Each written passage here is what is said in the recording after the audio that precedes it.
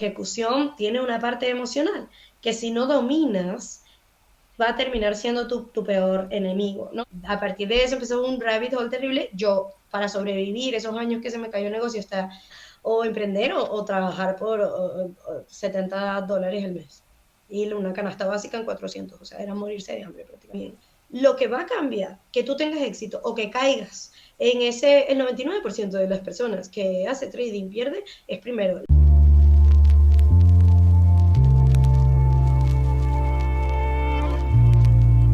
Muchísima ilusión de tenerte por aquí, Mariel. La verdad que sí, que pues llevamos esperando bastante tiempo en entrevistarte y con mucha emoción de que te pases por aquí pues contarnos un poco de tu trayectoria en el sector y de pues que nos cuentes también un poco acerca del trading, ¿no? Que es a lo que tú te dedicas. Yo creo que a todos nos puede interesar un poco pues de la filosofía y de la psicología que hay detrás del trading, así que va a estar bastante interesante, creo yo.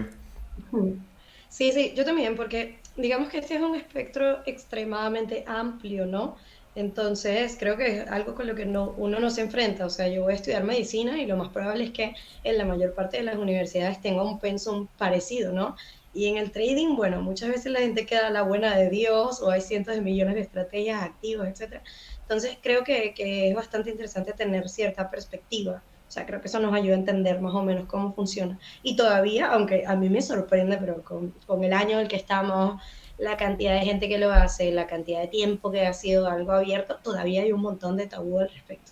O sea, hay veces que tú dices trading y ya te hacen, uy, ¿qué es? Apostar, casino. Entonces creo que es algo que, bueno, vale la pena hablarlo.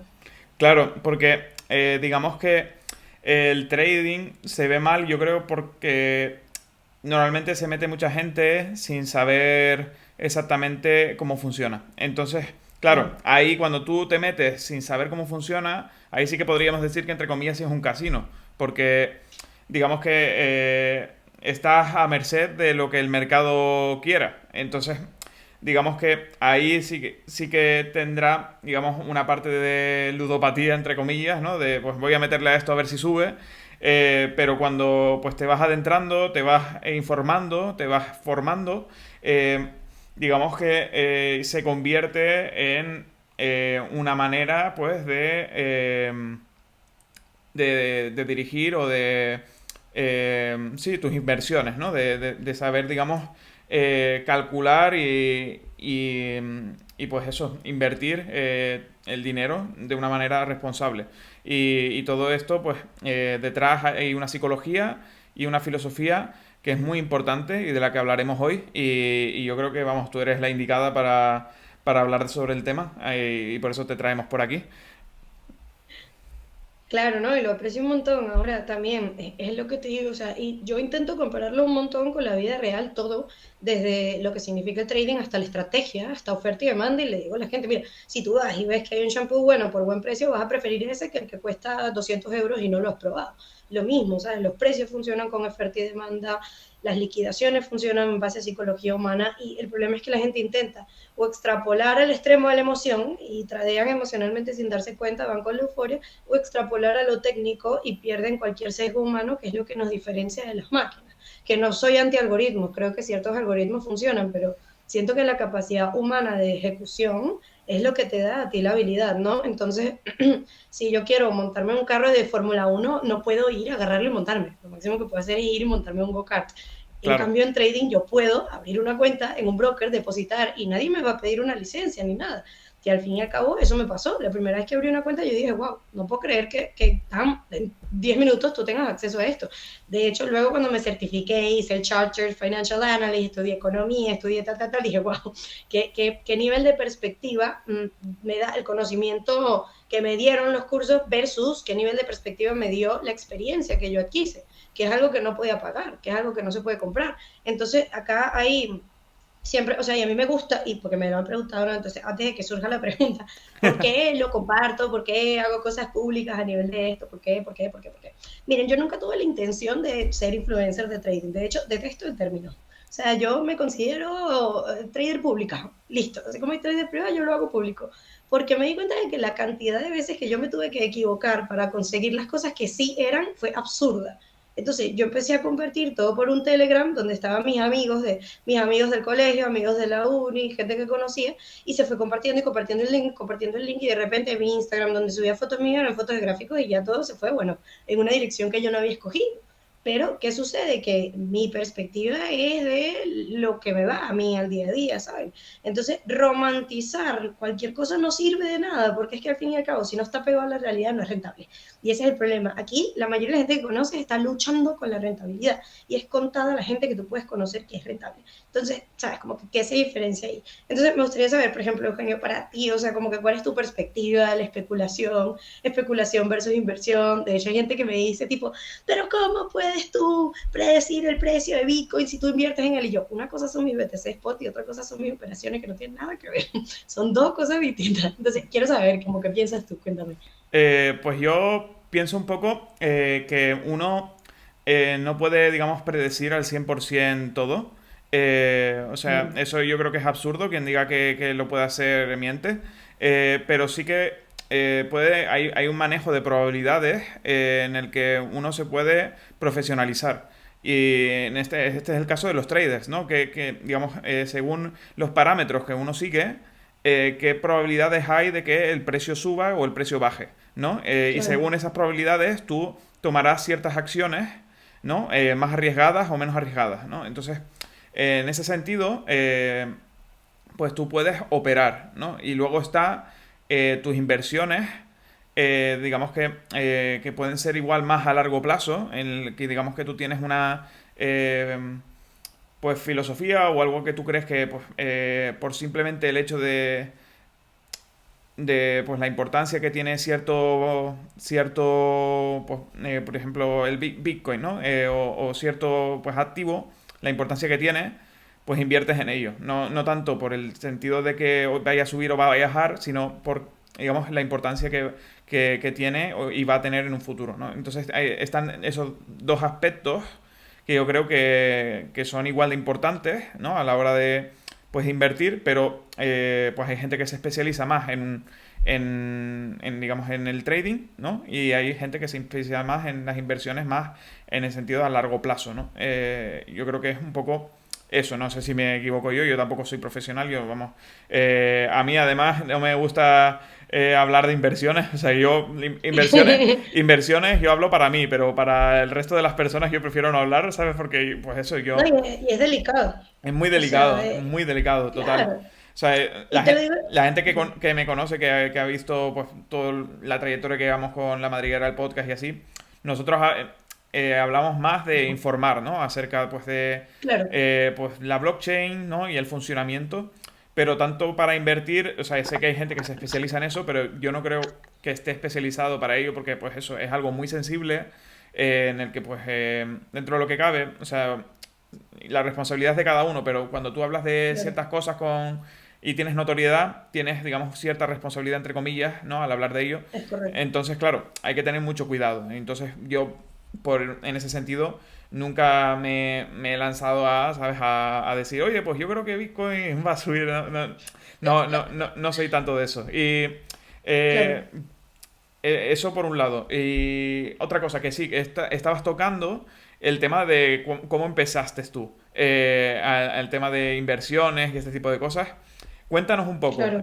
acerca de pues, tus comienzos, ¿no? Pues, ¿en qué trabajabas? ¿Cómo, digamos, que te llamó la atención la inversión y todo esto? Yo creo que puede ser interesante porque me has comentado que además has tenido muchos errores y yo creo que de los errores puede aprender uno, pero además pueden aprender los demás. Así que cuéntanos un Claro. poco Sí, acerca de ello. sí, mira, y voy a abrir ese tema con algo que siempre lo he pensado. O sea, mira, el mundo, aunque no lo parezca, es súper pequeño. ¿Y qué pasa? Que con respecto a información financiera, data económica, etcétera, en español estamos muy, muy, muy atrás. De hecho, sistemas y recursos financieros, yo no tengo el mismo sistema monetario que tiene Estados Unidos, ni tengo las mismas opciones a nivel de inversión. Por ejemplo, el 48% de las personas en Estados Unidos invierten en el mercado de bolsa. Esa no es la misma historia si tocamos España, y bueno, si tocamos Latinoamérica, ni te cuento. Entonces, que por lo menos España tiene un IBEX. Yo creo que Venezuela no tiene ni índice. Entonces, ¿qué pasa? Que como estamos tan retrasados, si ya de por sí hay un tabú con respecto a la inversión, etcétera, y creo que el único que se conoce es el ahorro, imagínate cuando hablamos del tema de las inversiones, ¿no? Y más cuando buscamos cierta perfección dentro de un mundo del que no existe. Primero en el trading nadie gana el 100%, nadie, nadie, nadie. Absolutamente. O sea, puede ser el mejor y tener 5 de 5. El mejor tiene 5 de 5. Entonces, ya eso creo que para los que hacen trading y entienden la gestión de riesgo ya es entendible. Y segundo, en las inversiones, aunque tú apuntes a la rentabilidad a largo plazo, ¿verdad? Normalmente la cantidad de pips, que no voy a decir que vas a cometer, van a ser grandes y solo van a estar mitigadas porque 3 o 4 de esas 80 veces que te equivocaste van a ser muy buenas. Y esto es lo que la gente no entiende. O sea, los fondos de inversión gigantescos que hay, o sea, literalmente tanto desde venture capital, o sea, las inversiones de riesgo, los hedge funds, mira, desde Berkshire Hathaway, que es el fondo de Warren Buffett, cualquier fondo, cuando tú revisas el performance, son un montón de acciones que no han hecho ni coquito y unas 4 o 5 que han dado rentabilidad. Entonces, creo que la gente no entiende que las únicas dos formas de sobrevivir en el, en el, en el mercado, tanto estés haciendo trading o inversiones, uno, gestionar el riesgo, porque sin eso es imposible. Si tú inviertes todo tu capital de vida y lo inviertes en un solo momento sin promediar, vas a morir. Y segundo, adaptarse diversificando. Listo, no puedo tirar todo en una sola cosa y no puedo pensar de la misma manera hoy de la que voy a pensar en 3 o 4 años. Esa es la forma de sobrevivir. O sea, miren, hay monedas en las que he invertido en que he perdido el 100% del capital, porque no pude mitigar, porque me quedé sin liquidez, etcétera. Pero hay monedas en las que he ganado el 6000%. O sea, yo estoy en BNB desde el 2018. Entonces, ¿qué es lo que pasa? Que si yo no me expongo, ¿verdad? Si yo no hago algo todas las semanas, porque ni siquiera es cuestión de todos los días, yo voy a estar sometido y ser esclavo de un resultado, de 2 resultados, de 3 resultados, lo que me da un hecho factual, donde yo quiero algo exponencial. Si tú quieres algo exponencial, tú tienes que poder multiplicar. Pero si yo cuento con la mano la cantidad de veces que he intentado algo, va a ser imposible que yo tenga suerte, ¿entienden? Porque Total. hay una probabilidad de azar acá. Entonces, eso, literal. Ahora, si quieres me cuentas lo que tú piensas de esto y luego te digo cómo empecé yo.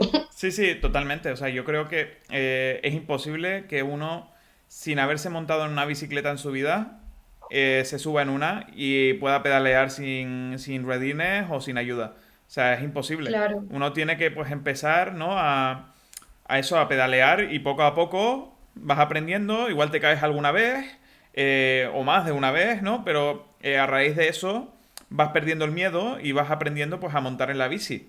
¿No? Y de esta manera vas a caerte menos, ¿no? Seguirás cayéndote, incluso los más profesionales se caen, claro, pero luego lo importante es que tú te sepas levantar y luego que tú puedas ir, digamos, por tu cuenta solo, ¿no? Sin necesidad de ayuda.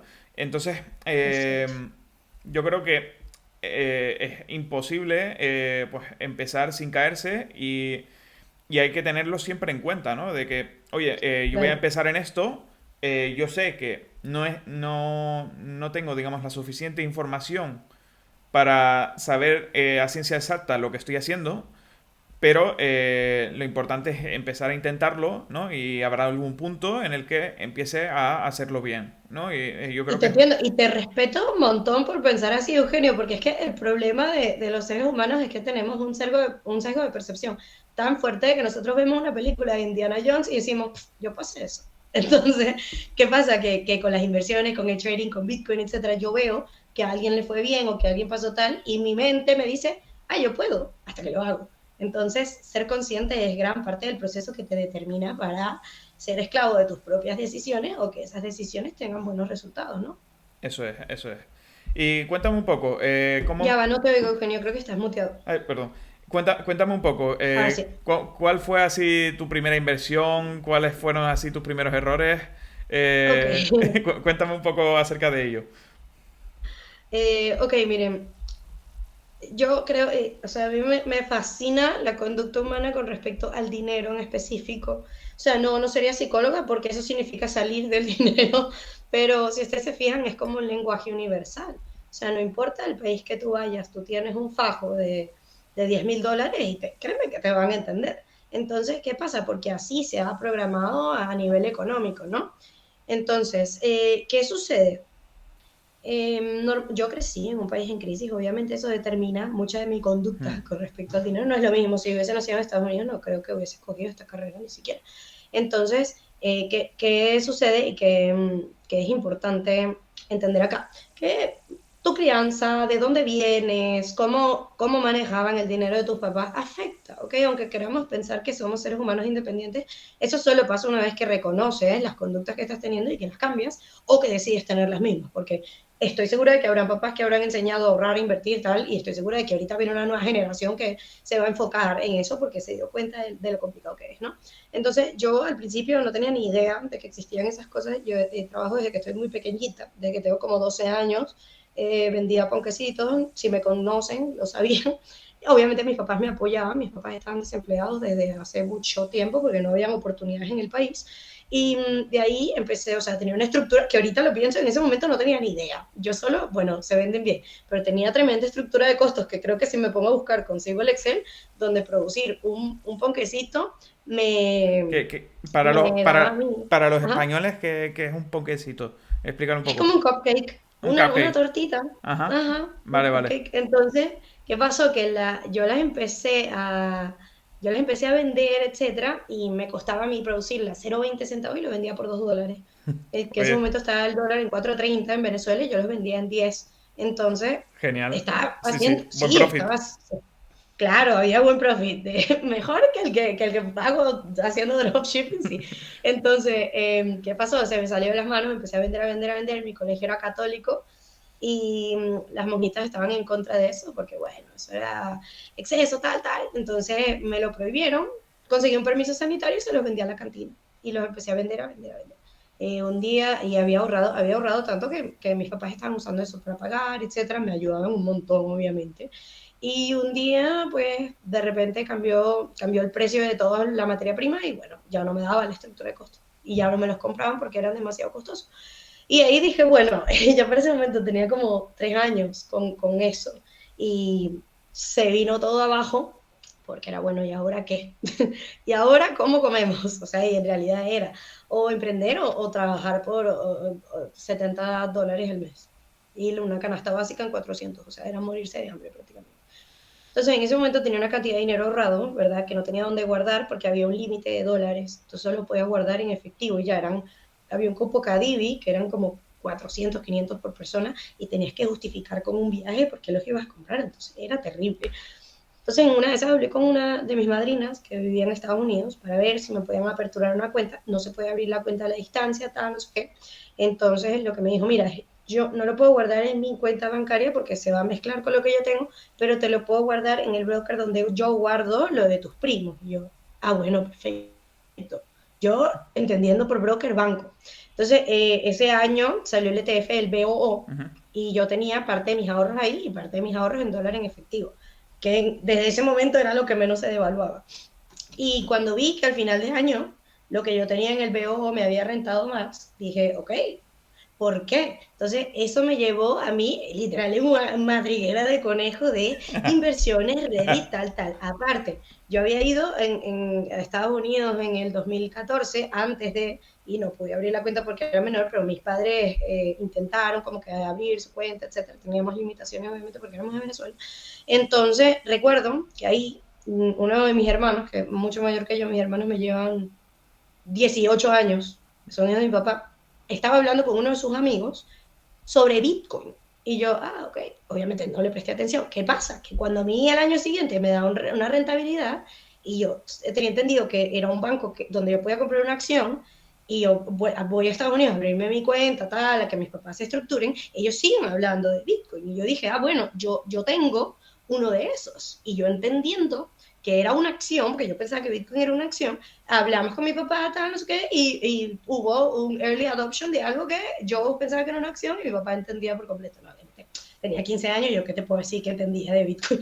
Entonces, a partir de eso empezó un rabbit hole terrible. Yo, para sobrevivir esos años que se me cayó el negocio, estaba vendiendo material POP, o sea, estampábamos cosas tipo lentes, franelas, serigrafía, tal. Me pasó lo mismo, se cambió el precio de los productos en China, se me cayó el negocio y dije, ok, lo único que me queda es hacer que esto, que no depende de una materia prima, me funcione. Todo el 2016, 2017 me encerré mira, estuve en todo, futuros, opciones, o sea, me fundí a punta de opciones, de todo, o sea, de verdad, de todo. Del capital que logré sacar en el 2017, yo volví a invertir, gracias a lo que había pasado todo el rato del 2016 con Bitcoin, y me fui a vivir a México. Entonces, me emancipé y me fui a vivir a México y luego estalló la burbuja, que yo no sabía que esas cosas pasaban, porque nunca lo había vivido, ¿no? Claro, claro. Entonces, y cuando estalló, aparte, yo cuando estuve en Venezuela, en todo ese rato que estaba aprendiendo, yo lo que hacía era estar en cuestiones políticas, etcétera. O sea, uno se involucraba mucho porque era plena crisis y protestas, tal, tal, hasta que un día dije, ya, esto no sirve, no estoy ayudando a nadie, no me está drenando, tal. Y ahí me fui a México cuando todo estalló, pues digamos que perdí gran porcentaje de lo que alguna vez había logrado hacer y tuve que regresarme a mi casa. Madre. De los ahorros míos que le había dado a mi papá, regresarme a mi casa. Me encerré como por un año. Yo no diría que en depresión, sino en iluminación. Me propuse que no iba a ser algo esporádico y que no iba a depender de los rendimientos, porque entendía que si no tenía un buen capital o no tenía una fuente de ingresos, invertir era imposible. Y ahí fue cuando afiancé el trading Ujú. y esto, digamos, me costó más o menos un año en yo lograr rentabilidad. ¿Qué pasa? Que antes de eso ya sabía un montón de cosas que no hubiese sabido si no hubiese invertido, ¿no? Claro. Entonces, cuando me pregunten cuánto tiempo, no hay un tiempo. Creo que depende de la persona totalmente. Y bueno, de ahí al 2018 ha venido la crisis del 2018, la crisis del 2020, la crisis del 2021.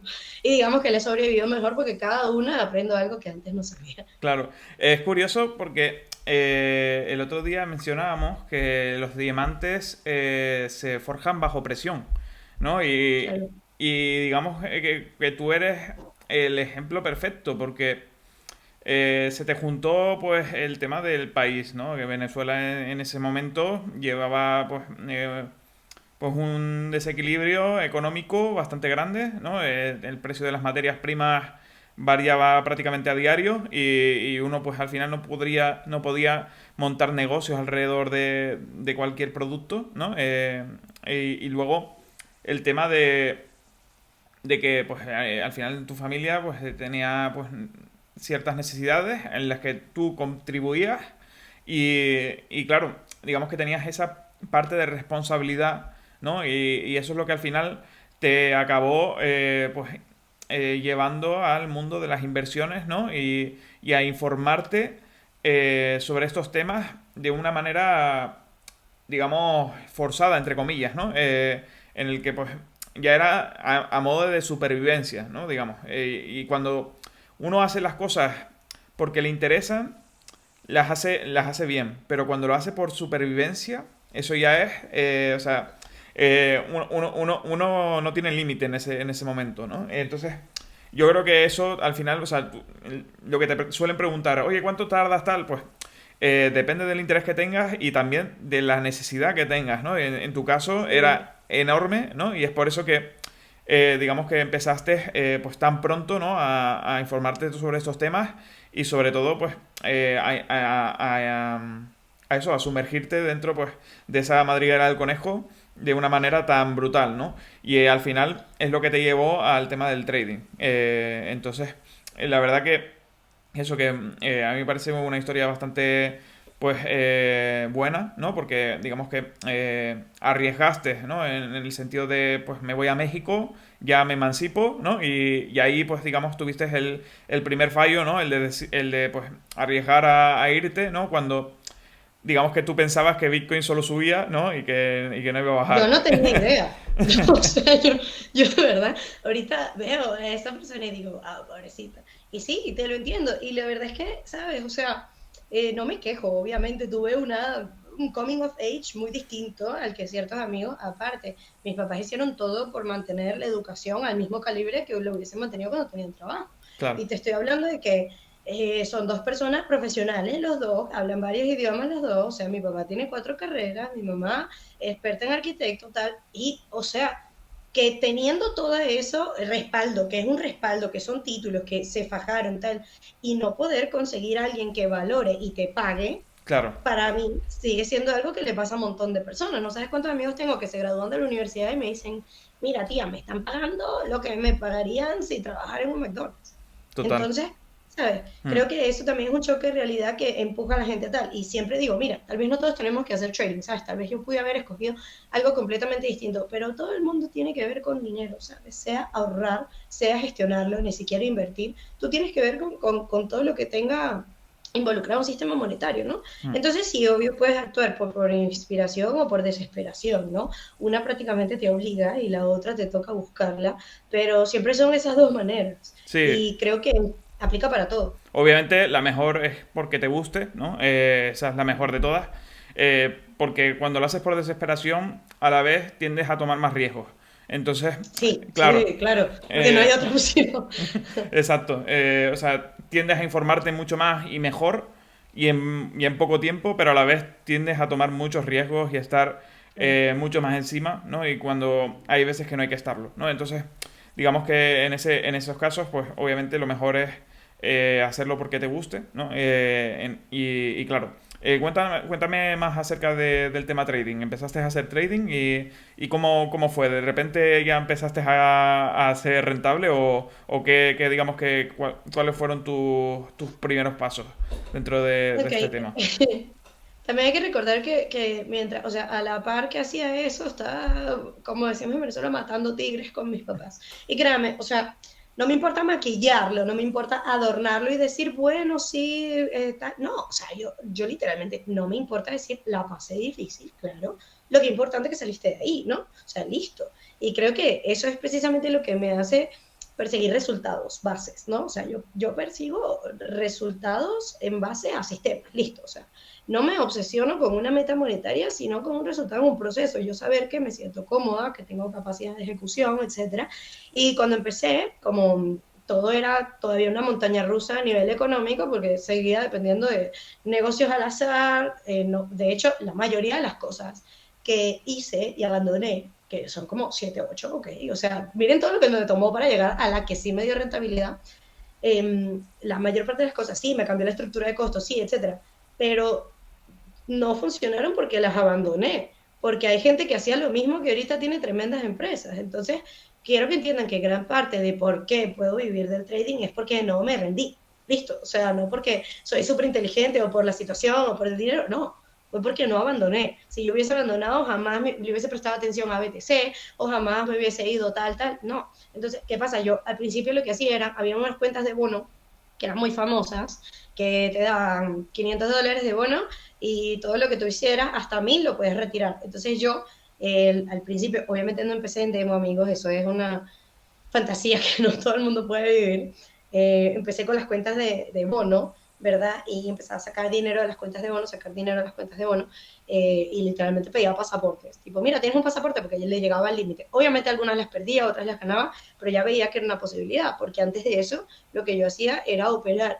Primero abrí una cuenta con opciones, sin darme cuenta de que eran muy caras, era un instrumento extremadamente profesional, yo no sabía usarlo, yo pensaba que era parecido a la inversión, ahí me di mis primeros golpes, obviamente no me fue bien, entonces luego empezaba a retirar de cuentas de bono, de repente las cuentas de bono se volvieron extremadamente difíciles, las condiciones no daban para operar y dije, bueno, necesito operar una cuenta real, después de dar muchos golpes, me pasé una cuenta demo, después de dar los golpes, y luego quería abrir una cuenta real. ¿Qué pasa? Cuando me dio por abrir la cuenta real, no estaba en mi momento más óptimo, todo había caído, yo prácticamente estaba viviendo el dinero que le había dado a mis papás para que ellos vivieran. Entonces, recuerdo que le pedí a uno de mis familiares, ¿verdad? Que si estás viendo esto, acuérdate. Le dije, mira, necesito $200, ¿verdad? ¿Por qué no los podías usar, Mariel, de lo que tenías guardado? Porque es que era o comer o los $200. O sea, no había opción. Y dije, mira, necesito $200 porque he probado algo, me ha funcionado y lo quiero hacer rentar, te los voy a devolver por lo menos en 4 o 5 meses. y los necesito. No había pedido dinero, que yo nunca me había endeudado. Esto para mí era un paso, ajá. Y esa persona me dijo, ok, te los voy a dar, pero la única razón para que te los voy a dar es porque sé que los vas a perder y porque no quiero que en 5 o 6 años me digas, ay, si no hubiese sido porque no hice eso, no me hubiese cambiado la vida. Es divertido sacarlo cada cuanto en las cenas familiares, ¿no? Pero me los dio. Efectivamente, yo no sé si por cuestiones de suerte y oportunidad, que en la primera semana hubo un bajón del oro terrible, pero abrupto, y de 200 lo había pasado a $1,000, $1,300, algo así. Que me apalanqué, no me apalanqué, la cantidad de puntos que mueve el oro no es normal, o sea, hay pares que mueven menos o más. Se fue al inframundo, tal, devolví el dinero y quedé como, y esa fue mi primera cuenta de trading. Y de ahí fue avanzando, avanzando, avanzando. Yo tenía una estrategia con montones de cosas, le fui quitando cosas y ahorita la tengo estructurada como motion trading y es de las estrategias más simples que he visto entre los amigos que tengo que hacen trading.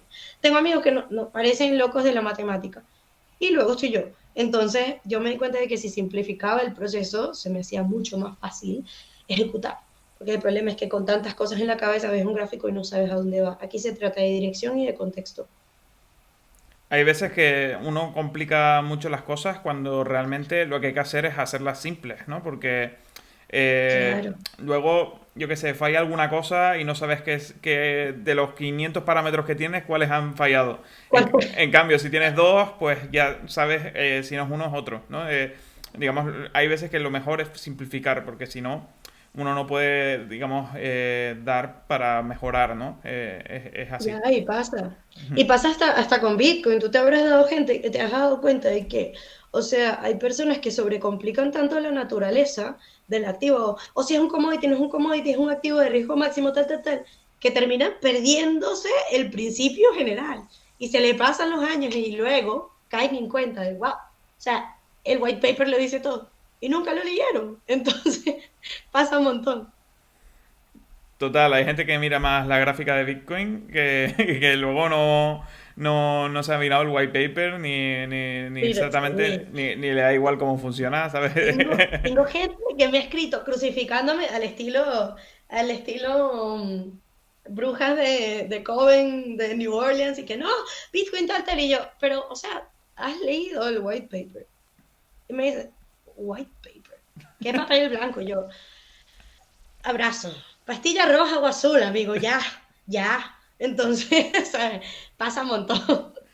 Es, Yo tengo un amigo hoy que citó un tweet del 2018 que alguien puso comprar Bitcoin, que por cierto, shout out a Javier, que alguien puso comprar Bitcoin después de que cayó de 17.000 a 3.000 es rentable. No, como un activo que cayó 85% va a dar rentabilidad alguna vez en la vida. Lo citó y puso XD. Entonces creo que sí, la gente se queda tan caught up in the moment que no va a la data. Y la data tiene mucha información dentro. eso es. Hay gente que, digamos, se queda con la foto, pero no ve la película entera. Entonces, claro, analizando una foto tú no puedes llegar a muchas partes, ¿no? Pero si tú ves la película, pues tú ves pues, ciertos matices que al final, pues si sabes, digamos, sacar conclusiones y saber, pues exactamente qué está pasando, ¿no? Porque, pues, por ejemplo, ahora se va a sacar ETFs en BlackRock, ¿no? ¿Y por qué se está hablando ahora tanto de Bitcoin en ese sentido? Pues la gente no tiene ni idea, pero claro, los que ya llevamos tiempo y los que ya, pues ya sabemos de qué va Bitcoin, pues ya sabemos más o menos cómo va el tema. O sea, de hecho, uno igual no sabe predecir el futuro, pero más o menos la proyección yo creo que sería similar entre unos y otros, ¿no? De los que sabemos, acerca de cómo va a ser la adopción, ¿no? Del mundo cripto, ¿no? Y más o menos se sabría saber. Sabría un poco, Claro. pues, obviamente no exactamente cómo, pero se sabría, ¿no? Pues al final, eh, digamos que sabemos de alguna manera que las instituciones van a adoptarlo. No sabemos exactamente cómo, ¿no? Pero porque también hay, pues, el tema de la legalidad va muy lento, ¿no? Entonces, pero al final el objetivo lo sabemos todos, ¿no? Que quieren adoptarlo. Entonces, Sí, pues, si se va a adoptar, pues, digamos que eso es una green flag, ¿no? De alguna manera, algo que es positivo, ¿no? Entonces, pues, uno ya tiene esa proyección, ¿no? Pero bueno, que sí. No, te entiendo al máximo, pero eso es uno. Claro, porque claro, uno lo ve. claro, claro.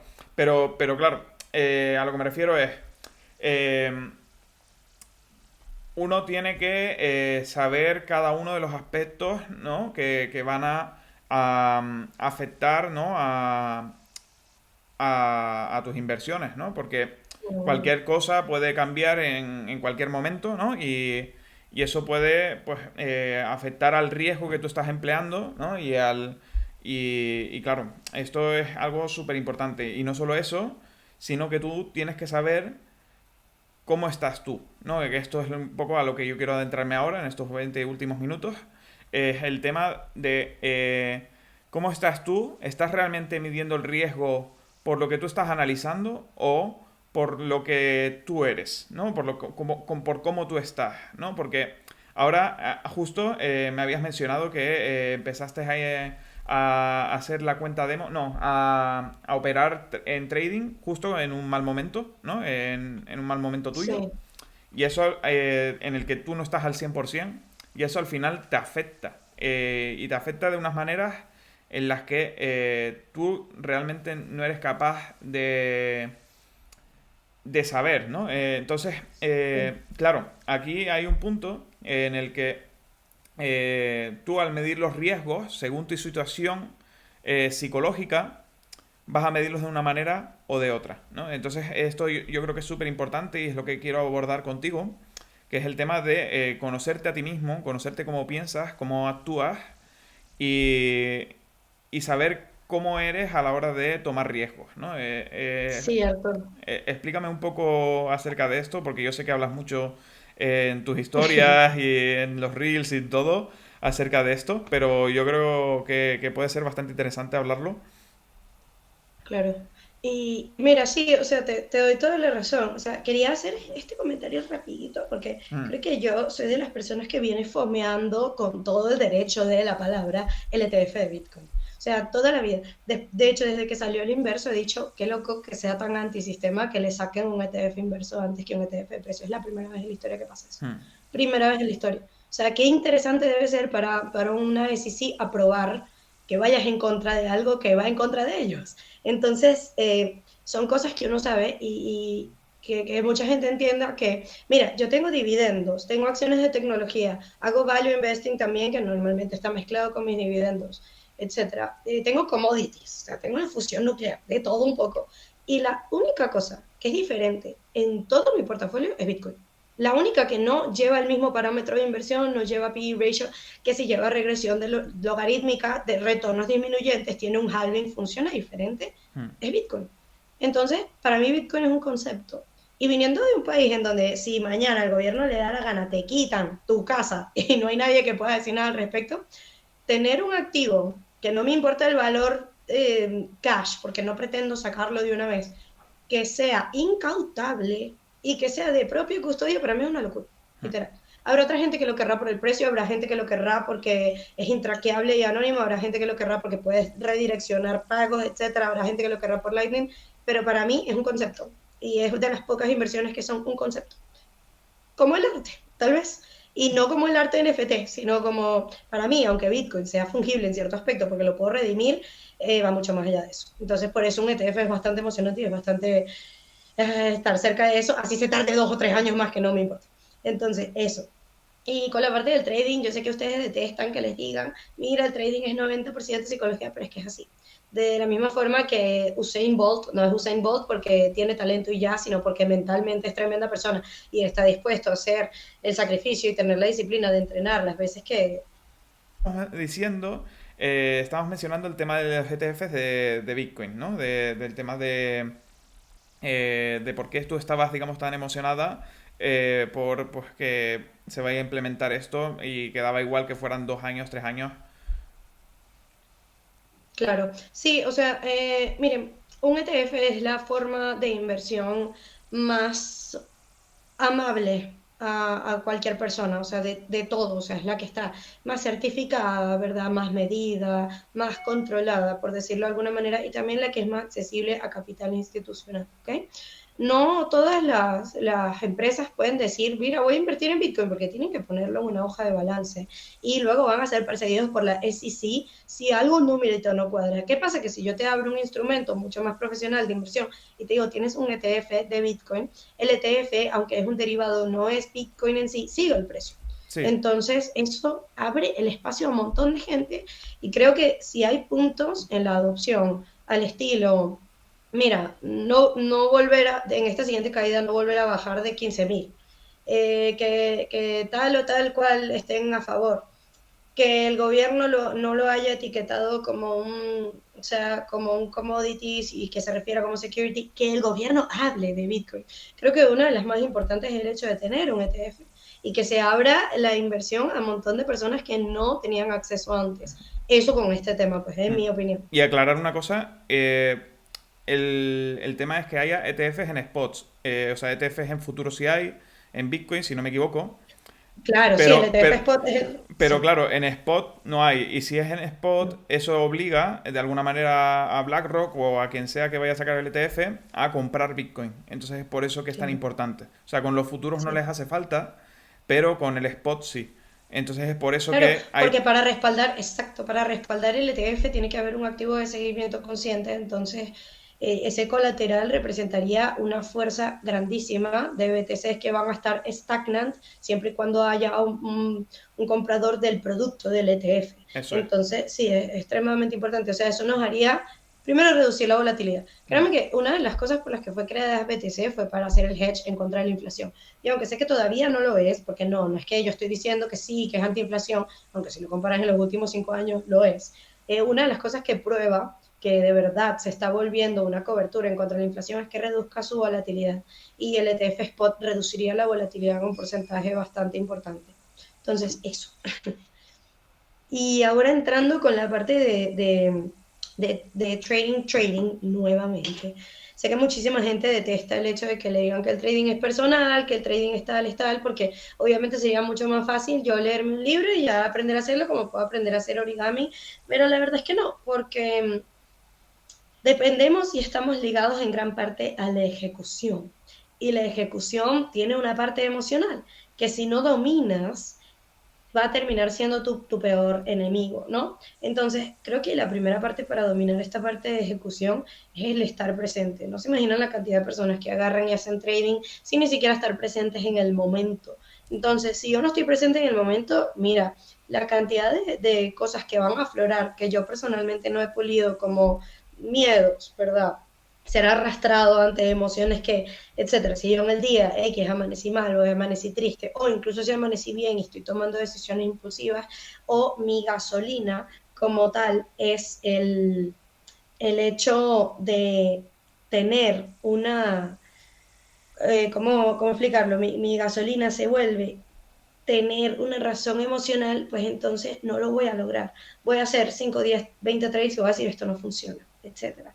Entonces, involucra una introspección analítica a nivel de que otras carreras no te van a exigir. Por lo mismo de que no hay una universidad global de trading, ¿no? Entonces, creo que, y aunque no lo parezca, miren, no hay una píldora para solucionar esto, pero ustedes no se imaginan el antes y el después, que es tener un diario de trading, que es tener un diario de inversión. O sea, si tú sabes por qué estás haciendo las cosas, eso te permite primero repetir las buenas y segundo reducir las malas al máximo. Entonces, acá tener ese registro a mí me cambió un montón. O Total, sea, es me cambió que un montón porque, claro, yo no sé cómo la gente no lleva un seguimiento de las inversiones que hace, ¿sabes? De, sí he hecho estas operaciones y tal, pero no sabe exactamente cuántas ha hecho, ni cuáles han salido bien, cuáles han salido mal, digamos, qué estrategias ha usado, cuáles le han ido bien, cuáles le han ido mal. O sea, no llevan un seguimiento de eso y al final lo único que hacen es estar en un círculo vicioso, ¿no? En el que no saben exactamente, pues, digamos, qué les está yendo bien, qué les está yendo mal, ¿no? Y al final, incluso lo que te hace eso es operar cada vez peor, ¿no? En vez de cada vez ir a mejor, sino van a peor, ¿no? Entonces, eso yo creo que es súper importante. ya va, no te oigo. Ajá, no te oigo lo último, van a peor. Entonces, Sí, sí, que yo digo que eso es súper ya. importante. Claro, sí, o sea, te entiendo. Y no, aparte. Aparte de eso, miren, el trading, ¿verdad? Y la mayoría de las cosas en la vida, porque es que lo comparo con todo, porque es que se trata de todo, o sea, pero la mayor parte de las cosas que existen, ¿verdad? Solo traen resultados cuando están basados en sistemas y no solo en objetivos. Sí, los objetivos son importantes. Tener cierta cantidad al mes es importante. O sea, le está hablando una persona que pasó de producir $20 al mes, que 20 eran un 2%, a producir un montón que me permite vivir yo, mandarle a mis papás, viajar, no tener que estar atada a un trabajo, no depender de otro trabajo, que no siempre es lo más ideal, porque créanme que a veces esto lleva mayor cantidad de trabajo que un trabajo, pero, y aparte de un trabajo tú puedes salir en la hora y chao, aquí mentalmente todavía sigues comprometido con muchas cosas, sobre todo si vas a entrar en los dos mundos, trading e inversión, porque si no es una es la otra, que Claro, si cierra el mercado. Entonces, mira, hoy por ejemplo es feriado por la independencia de Estados Unidos y yo estaba revisando los on-chain de Bitcoin. Entonces, claro. que entiendes que es un compromiso para contigo, pero que al fin y al cabo, si te gusta, la libertad que te ofrece es grande porque tú estás escogiendo hacerlo, ¿no? Y que, miren, otra cosa que les voy, no es color de flores, no es que todo lo que tenga que ver con trading me gusta, el registro me fastidia un montón. Cuando tengo que esperar 4 o 5 días por un trade y al final tengo un trade y da negativo, obviamente me afecta. Lo que sé es controlar la forma en la que me afecta y por cuánto tiempo me afecta y lo que hago con esa información. Pero no es que todo te va a gustar y que te va a encantar y que es el trabajo de tus sueños, no. Obviamente hay cosas que no te van a gustar hacer, pero como las que te gustan hacer son mayores, pues se equilibra en una balanza. Pero que no es todo esto y el carro y el Ferrari y las vacaciones en Ibiza, no. Esos son los resultados y créeme, hay un montón de gente que te sponsorea eso, que no vive exactamente de trading, ¿no? Entonces, fijarse en las realidades y en las cosas que sí ayudan y entender que si yo quiero crear un sistema, el sistema va a venir de cómo yo me comporto día a día, de cuánto me involucro yo con los gráficos, de si es sana la cantidad de tiempo que le pongo, porque sí, al fin y al cabo, cuando tú estés estudiando, le vas a meter un montón de horas. O sea, miren, yo viví esa etapa friki donde había gente que pensaba que estaba muerta, porque no salía, me cerré todas mis redes sociales, comía 2 veces al día y la mayor parte del tiempo la pasaba operando en Londres, que empezaba a las 4 a.m. de mi país. Entonces, sí, obviamente, pasé por esa etapa y me di cuenta de que no servía. De hecho, cuando yo pude rentabilizar del trading fue cuando dije, wow, tengo 3 meses en positivo, tengo 4 meses en positivo. Y eso era que todos los trades que tenía, no. De hecho, ahora tengo un win ratio de 50% y soy más rentable que en otras etapas de mi vida donde he tenido uno de 73, 75. O sea, he tenido rachas de 12 trades seguidos positivos y sé que en cualquier momento me voy a meter un tortazo. Entonces, que entiendan que de la misma forma, y me encanta esta cuestión, porque si yo voy a un gimnasio y yo meto 24 horas seguidas de entrenamiento, me voy a sofocar y la ley de retornos disminuyentes existe. Va a llegar un momento donde tú vas a capar tu efecto y tu momento máximo y ahí te vas a quedar y vas a estar sofocado por 2 semanas y lo más probable es que cuando salgas la deficiencia calórica sea tan grande que te excedas al comer y quedes peor que como estabas antes. Pero si yo voy 24 días al gimnasio durante un mes, durante una hora, el cambio va a ser extremo.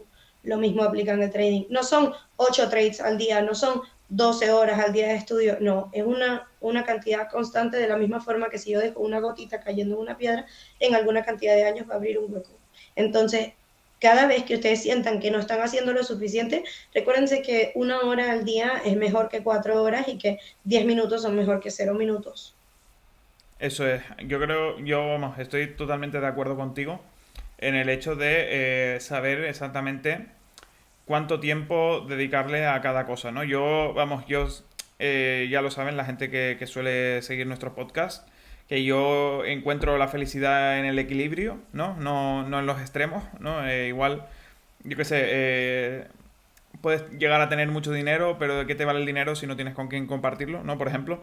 Entonces, Claro, claro, yo veo mucho la felicidad en el equilibrio más bien, ¿no? En saber, pues digamos, llegar a todo, ¿no? Que hay veces que es muy difícil, o sea, yo creo que es de lo más difícil que hay, el llegar a todo, de la, digamos, igual de bien, ¿no? Entonces, con el tema del trading, yo creo que es, pues eso, una parte en la que tú decides dedicar tu vida, pero no tiene por qué ser toda tu vida dedicarla al trading, ¿no? O sea, al final tú tienes que saber, pues, cuánto tiempo le tienes que dedicar, ¿no? Y hasta qué punto, digamos, te compensa, ¿no? Porque si te va a compensar lo mismo dedicarle 2 horas que 10, pues mejor quédate en las 2 horas y el resto del tiempo dedícalo a otra cosa, ¿no? O sea, al final es eso. Al igual que tú pues, ejemplificaste con el tema del gimnasio, que si te va a valer igual entrenar 2 horas que entrenar un día entero, pues mejor entrenas 2 horas, porque pues, te va a servir igual y además acabarás más descansado y podrás estar al día siguiente al 100% para volver a entrenar, ¿no? Pues esto es lo mismo. Claro, y aparte, es que yo creo que nos, o sea, si te fijas, nos vendieron como que una idea gigantesca de que estar súper ocupado es más dinero, mejores cosas, cuando en realidad no tiene nada que ver. Y siempre, o sea, me encanta la analogía, o sea, miren, si ustedes quieren ejemplos para cosas, háblenme, porque sí soy súper friki con eso, pero la analogía de que llega, se les daña una supercomputadora a una empresa y consiguen un ingeniero, el ingeniero llega y le da a un tornillo con un martillo y dice, ya, toma, son $100.000. Y dice, pero $100.000, ¿por qué?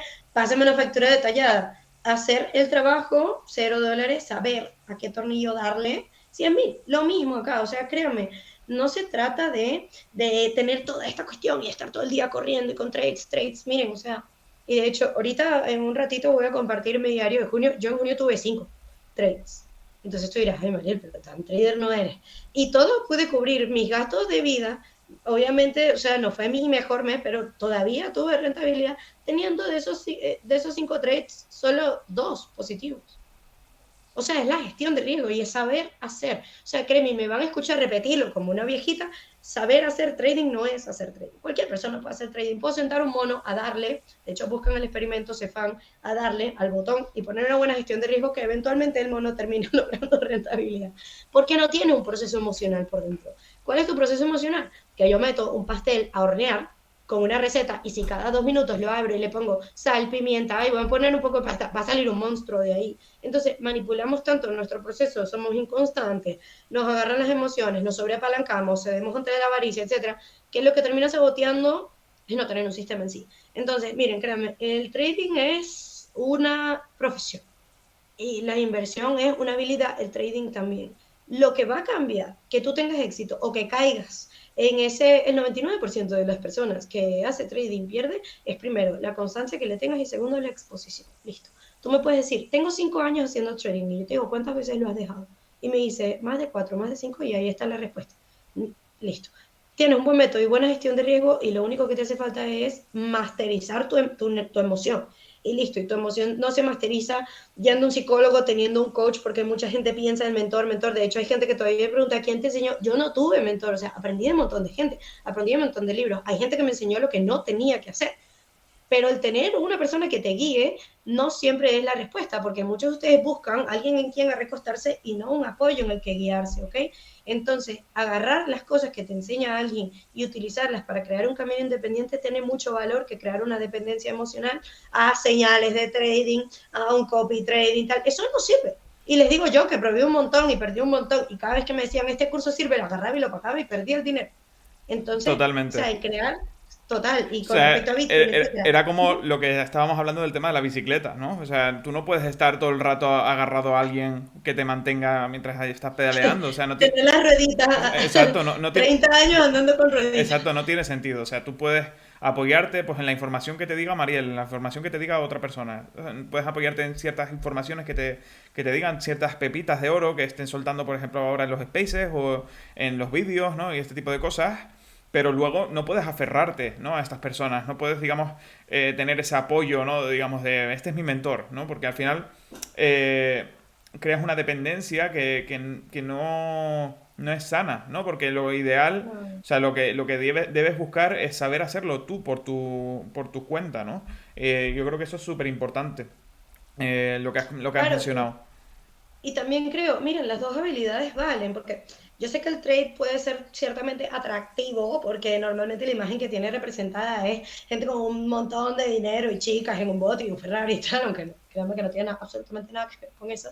Y yo que he tenido cuentas fondeadas de un montón de dinero, sé el efecto emocional que puede tener en ti y habiendo tenido, porque si me siguen desde hace suficiente tiempo, yo estuve en el extremo de vida donde vivía un penthouse y tenía un auto de supermarca y ya habiendo vivido eso me di cuenta de que primero no era lo que quería y segundo, hay otras cosas para las que sirve el dinero. O sea, listo. Y si en algún momento me vuelve a dar por las de que quiero un Corvette, pues lo volveré a hacer. Y el hecho de tener la libertad de escoger es lo que te da la apertura a ti, pero créeme que la inversión también tiene una parte importante y la inversión es como o sea, los éxitos de la noche a la mañana se construyen durante años de día tras día, ¿ok? ¿Y qué es lo que pasa con la inversión? Que, mira, si tú tienes la habilidad y puedes conseguirte un trabajo y ahorrar una cuarta parte de ese salario que te compre a ti cada 4 meses, un mes más de vida, lo que tú puedes hacer con inversiones en 10, 15 años es una locura. Mucha gente me dice, ay, pero yo no quiero esperar 10, 15 años y me provoca decirle, o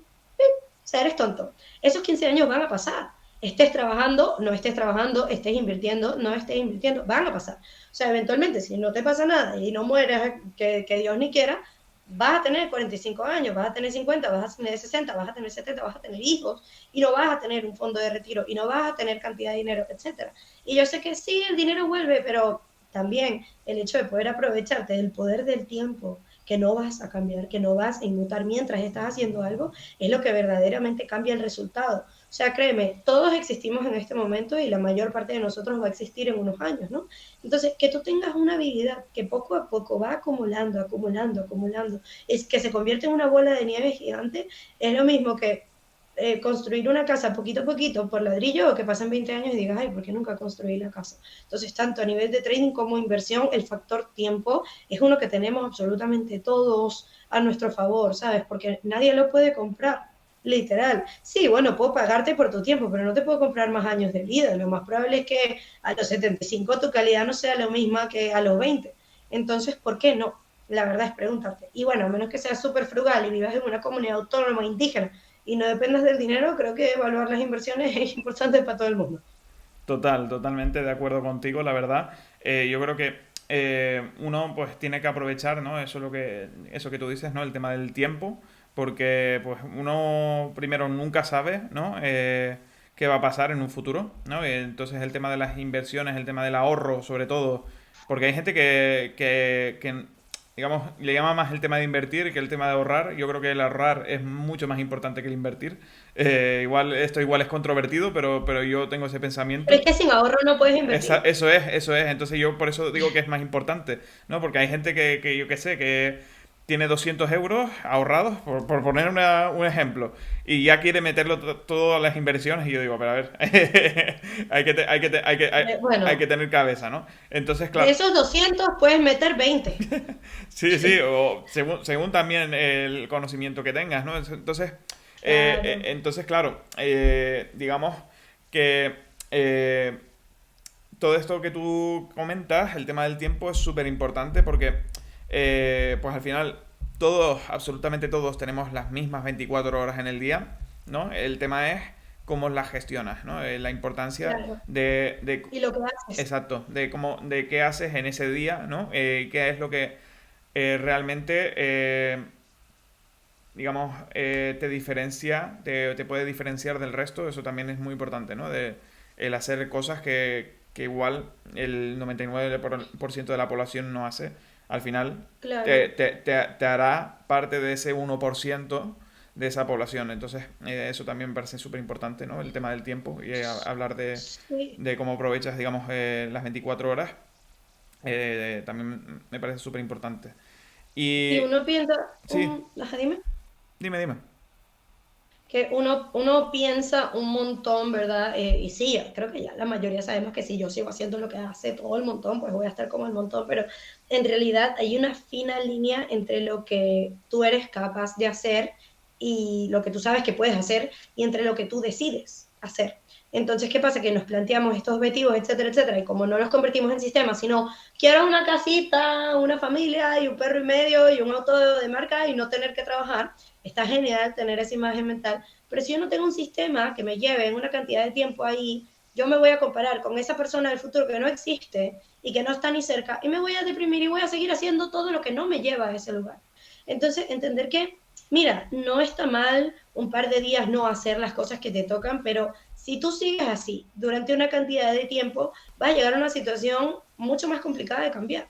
Entonces, entender que lo que queremos hacer y lo que hacemos representan grandes porciones de nuestra vida y que el 99.9% de las cosas está basado en una decisión, tanto en nuestro aspecto físico como en nuestros resultados monetarios, como nuestra parte de salud mental, sí, mira, yo puedo tener algo físico-químico que me haga propensa a tal, pero gran parte de cambiar eso va a venir en lo que yo hago todos los días por ello. Y listo. Y mira, o sea, cuando tú te fijas, yo de hecho creo que gran ejemplo de las cosas me gustan los libros y leo los libros no tanto por el contenido, porque mira, he leído estas novelas random, pero si una persona tuvo la determinación de escribir todo eso para sacarlo de su mente, es algo que yo quiero aprender. Entonces, entender eso, fijarnos más en los sistemas más que en lo rimbombante de las metas y de lo cool que puede hacer algo tal. Sí, eso está genial como inspiración, pero al fin y al cabo es más inspirador y es mucho más, y te empuja, ¿verdad? Mucho más a actuar el hecho de que tener la convicción suficiente como para lograr algo. Entonces, eso es importante y con eso me gustaría cerrar. Primero, no tiene que ser sobrecomplicado, pero sí tiene que ser lo suficientemente importante para ti como para crear compromiso y segundo, como para que ese compromiso no se te olvide de acuerdo a tu estado emocional. Mira, tú puedes estar súper mal emocionalmente, pero créeme que tomar agua o jugo no se te olvida porque te vas a morir. De la misma forma tiene que ser tu nivel de compromiso. Mira, tal vez hoy no estoy al 100, no lo puedo dar todo, pero algo voy a hacer, porque sé que si no hago nada, nadie lo va a hacer por mí. Nadie va a venir a rescatarme o a salvarme. No puedo depender ni de otras personas, ni mucho menos de un sistema que no está a mi favor. Eso es, eso es. La verdad que muy buen cierre de la entrevista. Por último, si quieres, te pregunto una de las preguntas que pusieron aquí, Adelante. al que vas a conceder 20 minutos pues, contigo, de mentoría. Y me ha llamado la atención una pregunta, o sea, sé que lo iba a decir por sorteo, pero bueno, yo creo que esta pregunta puede ser bastante interesante para la gente de por aquí. ¿Por qué en algunas sociedades, principalmente en Latinoamérica, es ausente el tema de educación financiera? Ok, primero tenemos que irnos a lo más atrás, más atrás, más atrás. Miren, como ustedes saben, la historia no se repite, pero es muy cíclica y sí causa patrones gigantescos. O sea, imagínense que yo construyo un edificio gigantesco con un Lego de base. Eventualmente va a caer. No importa qué tan bien construido esté el resto de las estructuras, las bases del pensamiento de una sociedad pautan mucho los resultados que tienen el nivel de delincuencia, el nivel de pobreza, etcétera.